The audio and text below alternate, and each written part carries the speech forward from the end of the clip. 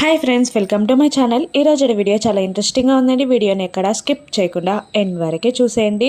దేవయాని మనీష ఇద్దరు మాట్లాడుకుంటూ ఉంటారు. దేవయాని మనీషాని బెదిరిస్తూ ఉంటుంది. లక్ష్మి ఏం ఛాలెంజ్ చేసిందో గుర్తుందా? లక్కీ వల్ల అమ్మా నాన్నని లక్కీకి చూపిస్తాను అని లక్కీకి మాటిచ్చింది. ఒక్కసారి లక్ష్మి మాటిచ్చింది అంటే అది నెరవేరే వరకు తను ఊరుకోదు. ఒకవేళ లక్కీ కన్నతల్లి తనే అని గనక తెలిస్తే నీ పరిస్థితి ఏమవుతుందో ఒక్కసారి ఆలోచించుకో అని దేవయాని మనీషాకి వార్నింగ్ ఇస్తుండగా నాకు అదే భయంగా ఉందాంటీ. కానీ తనకి ఎలా తెలుస్తుంది లక్కీ కన్నతల్లి లక్ష్మి అన్న విషయం? లక్ష్మికి తెలిసే ఛాన్స్ లేదు కదా అని అంటుండగా, ఎందుకు లేదు, భాస్కర్ ఉన్నాడు కదా, భాస్కర్ ద్వారా లక్ష్మియే లక్కీ కన్నతల్లి అన్న విషయం తెలిసే ఛాన్స్ ఉంది కదా అని అంటూ ఉండగా, అవునంటే అసలు ముందే వాణ్ణి చంపేయాల్సింది. రేపు వాణ్ణి పని పడతాను, రేపు వాణ్ణి ఖచ్చితంగా చంపేస్తాను అని మనీష అంటుంటుంది. మరోవైపు జున్ను తన రూమ్లో, అదే లక్ష్మి రూమ్లో పడుకొని ఉండగా మిత్ర డోర్ తీసుకొని లోపలికి వెళ్తాడు. ఇక మీరేంటి డాడీ ఇక్కడికి వచ్చారు అని అడుగుతుండగా, ఇది నేను రాకూడని ప్లేసా అని మిత్ర అంటుంటాడు. అప్పుడు జున్ను, అలా కాదు డాడీ, ఇది అమ్మ రూమ్ కదా, అమ్మ రూమ్కి నువ్వు రావు, నీ రూమ్కి అమ్మని రానివ్వవు కదా, అందుకే అడుగుతున్నాను అని అనగానే, ఇది నా ఇల్లురా అని అంటుంటాడు మిత్ర. ఇది మీ ఇల్లు కరెక్టే, ఫస్ట్ ఇది తాతయ్య ఇల్లు, తర్వాత మీ ఇల్లు, తర్వాత ఇది నా ఇల్లు, మన ముగ్గురం ఎక్కడైనా ఉండొచ్చు డాడీ, రా అని అంటుంటాడు జున్ను. ఇక జున్ను మాటలకి మిత్ర సర్ప్రైజ్ అవుతూ ఉంటాడు. అమ్మ ఎక్కడ డాడీ, అమ్మ లేకుంటే నాకు నిద్ర పట్టదు అని అంటూ ఉంటాడు జున్ను. ఈరోజు లక్కీ దగ్గర లక్ష్మి పడుకుంటుంది, నేను నీ దగ్గర పడుకోవడానికి వచ్చాను అని అనగానే, అవునా నిజంగానా, నాకు చాలా హ్యాపీ డాడీ, రా డాడీ, ఇదిగో బెడ్, వాటర్, వాష్రూమ్ అన్నీ ఇక్కడే ఉన్నాయి అని అంటూ వివరిస్తూ ఉండగా, ఇది నా ఇల్లురా అని మిత్ర అనేస్తాడు. అవును డాడీ, నీకు అన్నీ తెలుసు కదా, రా రా పడుకోరా అని అంటూ ఉంటాడు జున్ను. ఇక మిత్ర వచ్చి పడుకోగానే ఇలా అంటుంటాడు జున్ను, నీకు లాలి పాడడం వచ్చా డాడీ అని అంటుండగా, రాదు, ఎందుకు అని అనగానే, కథలు చెప్పడం వచ్చా అని అడుగుతుంటాడు. రావు, ఎందుకు అని అనగానే, నాకు లాలిపాట పాడితేనో కథలు చెప్తేనో నిద్ర వస్తుంది, అమ్మ ప్రతిరోజు అలాగే నిద్రపుచ్చుతుంది అని జున్ను అంటుంటాడు. నాకు అవి రెండు రావు అని మిత్ర అనగానే, మళ్ళీ రోజు లక్కీని ఎలా నిద్రపుచ్చుతా డాడీ అని అడుగుతూ ఉండగా, నేను కబుర్లు చెప్తూ ఉంటే తను నిద్రపోతుంది అని అనేస్తాడు మిత్ర. అప్పుడు నాకు కూడా అలాగే కబుర్లు చెప్పండి డాడీ అని అంటూ జున్ను మిత్ర పక్కన పడుకుంటాడు. ఇక మిత్ర సైలెంట్గా ఉండిపోతాడు. నీకు గుర్కా వస్తుందా డాడీ నిద్రలో అని అంటుండగా, ఎందుకు అని అడుగుతాడు మిత్ర. ఊరికనే అడగలే, అయినా నువ్వు నా పక్కన పడుకోవడమే నాకు అదృష్టం అంతే అని అంటుంటాడు జున్ను. ఏంట్రా, నేనంటే నీకు అంత ఇష్టమా అని మిత్ర అడుగుతుండగా, అవును డాడీ, చాలా ఇష్టం అని అంటుంటాడు జున్ను.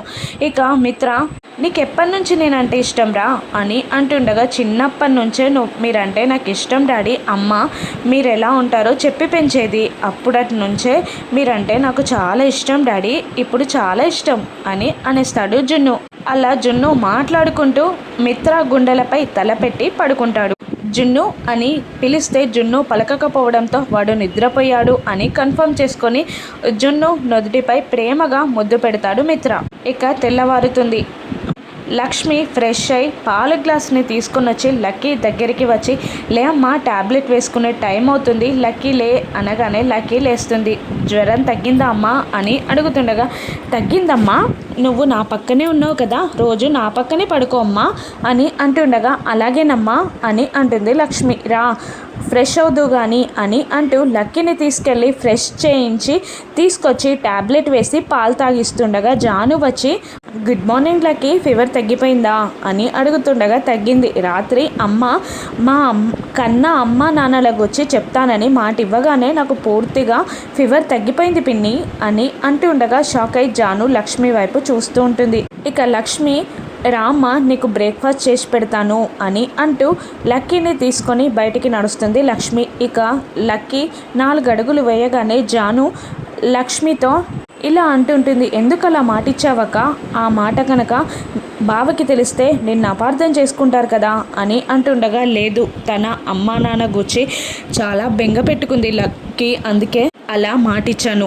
నేను మాటిచ్చిన విషయం కూడా ఆయన విన్నారు. ఆయన కూడా అదే కనుక్కోవాలి అనుకుంటున్నారు అని లక్ష్మి అనగానే, ఎలా కనుక్కుంటావక్క అని అడుగుతూ ఉంటుంది జాను. మున్నార్కి ఫోన్ చేసి, ఆ రోజు నాతో హాస్పిటల్లో పాటు ఎవరు డెలివరీ అయ్యారో తెలుసుకుంటే లక్కీ వాళ్ళ కన్నతల్లి ఎవరో తెలిసిపోతుంది అని అంటూ లక్ష్మి ఐడియా చెప్పగానే, అలాగేనక్క అని అనేస్తుంది జాను. ఇక పక్క నుండి చాటుగా మనీష వీళ్ళిద్దరి మాటలని వినేస్తుంది.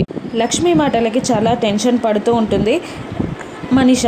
మరోవైపు మిత్ర ఆలోచిస్తూ లక్కీ కన్నతల్లి ఎవరో తెలుసుకోవడానికి మున్నార్ ఎస్టేట్ మేనేజర్కి కాల్ చేసి లక్కీ డేట్ ఆఫ్ బర్త్ చెప్పి, ఆ రోజు హాస్పిటల్లో ఎవరు డెలివరీ అయ్యారో తెలుసుకోమని చెప్పి, ఆ రోజు లక్ష్మి పేరు కూడా చెప్పి, లక్ష్మి ఎక్కడుంటుందో ఎంక్వైరీ చేయమని చెప్పి, భాస్కర్ గురించి కూడా ఏమైనా తెలిస్తే చెప్పమని చెప్తాడు మిత్ర. అలాగే అని కాల్ కట్ చేస్తాడు ఆ ఎస్టేట్ మేనేజర్. ఇక వివేక్ వచ్చి, ఇవన్నీ ఎందుకన్నయ్య, ఒకవేళ లక్కీ కన్నతల్లి వస్తే నువ్వు లక్కీని వదిలిపెట్టి ఉండలేవు కదా, తనకి ఆ పాపని ఇచ్చేయగలవా అని అడుగుతుండగా, లేదురా, తనని రిక్వెస్ట్ చేస్తాను, లక్కీ కూడా నన్ను వదిలిపెట్టి వెళ్ళలేదు, కానీ తన కన్నతల్లి గురించి చెప్పకుండా లక్కీని నేను మోసం చేయలేను, తన కన్నతల్లి ఎవరో తెలుసుకోవాలని చాలా ఆశపడుతుంది లక్కీ, అందుకే ఇలా ఎంక్వైరీ చేస్తున్నాను అని మిత్ర వివేక్తో చెప్తుండగా పైనుండి దేవయాని విని షాక్ అవుతూ మనీష దగ్గరికి పరిగెడుతుంది. ఇక మనీష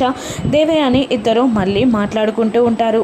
నీకొక విషయం చెప్పాలి అంటే నీకొక విషయం చెప్పాలి అని ఇద్దరు అనుకుంటూ ఉంటారు. లక్ష్మి లక్కీ కన్నతల్లి గురించి ఎంక్వైరీ చేస్తుంది అని మనీష చెప్తే మిత్ర కూడా అదే పని చేస్తున్నాడు అని దేవయాని చెప్తుంది. ఇప్పుడు ఎలాగో మిత్ర ఎంక్వైరీ వల్ల ప్రమాదం లేదు, కానీ లక్కీ ఎంక్వైరీ వల్ల లక్ష్మియే లక్కీ కన్నతల్లి అని తెలిసిపోతుందేమో, నీకు ఎవరైనా అక్కడ హాస్పిటల్లో వాళ్ళు తెలిస్తే ఫోన్ చేసి ఆ నర్స్ని మేనేజ్ చేయి అని అంటుండగా, నాకు అక్కడ వాళ్ళు ఎవరు తెలియదు ఆంటీ అని మనీష టెన్షన్ పడుతూ ఉంటుంది. మరోవైపు లక్ష్మి హాస్పిటల్లో నర్స్కి కాల్ చేసి లక్కీ డేట్ ఆఫ్ బర్త్ వర్షపు రాత్రి అని చెప్పి, ఆ రోజు అదే హాస్పిటల్లో డెలివరీ అయిన మిగతా ఆడవాళ్ళ వివరాలు అడగ్గా, అది అంత ఈజీ కాదు మేడం, మీరు అప్లికేషన్ పెట్టుకోవాలి అని చెప్తూ ఉంటాడు.